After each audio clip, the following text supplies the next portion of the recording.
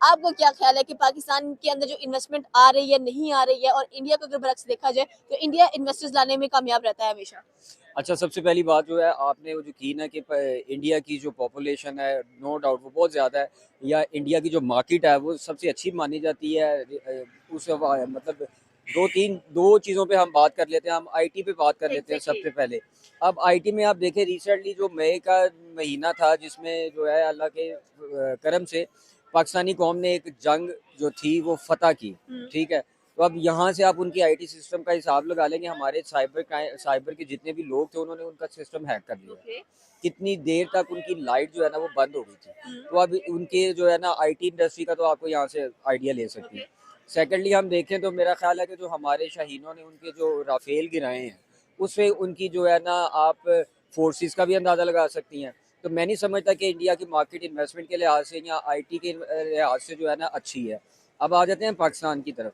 पाकिस्तान दुनिया का वाहिद ऐसा मुल्क है जिसमें 4 मौसम आते हैं। अब उसके अलावा यहाँ पे पाकिस्तान की जो रियल एस्टेट इंडस्ट्री है, वो ऐसी एक इंडस्ट्री है जो कि अगर सही तरीके से अगर गवर्नमेंट इस पे काम करे तो ये पाकिस्तान का कर्जा तक उतार सकती है।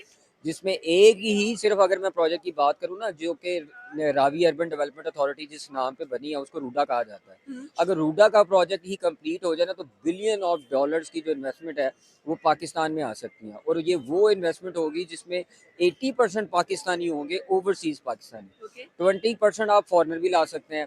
अब मैं अगर बात करूँ being a real estate consultant, तो बहरिया में कुवैत मॉल के नाम से मैं एक प्रोजेक्ट कर रहा हूँ। वो सारी की सारी जितनी भी इन्वेस्टमेंट है वो एक कुवैत बेस्ड कंपनी है।